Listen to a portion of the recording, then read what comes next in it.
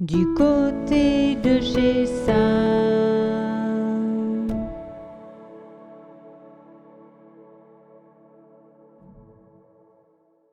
Bienvenue du côté de chez Sam.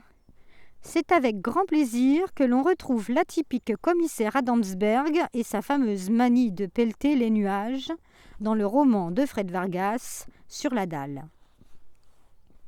Le boiteux fait de nouveau entendre ses coups de bâton à Louvièque en Bretagne, où un crime n'a pas tardé à suivre. En effet, le garde-chasse Gaël Leven a été poignardé de 2 coups de couteau dans la ruelle près de l'auberge où il avait passé la soirée. Qui plus est, une dispute avait eu lieu entre Josselin, portrait craché de Chateaubriand qui était de sa famille éloignée, et Joumeau, journaliste d'un journal local qui l'avait traité de raté et de pitoyable professeur.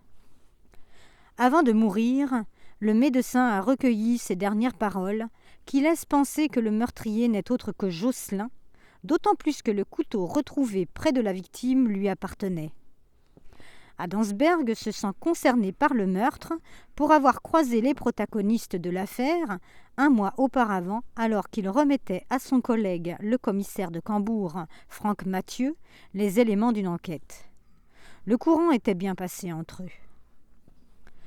Le meurtrier est gaucher, comme Josselin. Pourtant, Adamsberg est persuadé que ce n'est pas lui le coupable. D'ailleurs, le médecin légiste a découvert que les coups de couteau ont été donnés par un faux gaucher.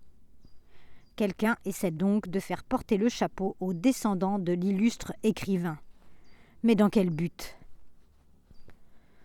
Nous connaissons l'engagement politique de Fred Vargas concernant le réchauffement climatique. Elle y fait allusion dès le début du livre, quand Adamsberg sauve un hérisson d'un accident de la route. Puis, quelques chapitres plus tard, quand Voisenet, policier qui travaille dans la même brigade, passionné de poissons, s'inquiète du dépérissement de ces animaux à cause des changements environnementaux.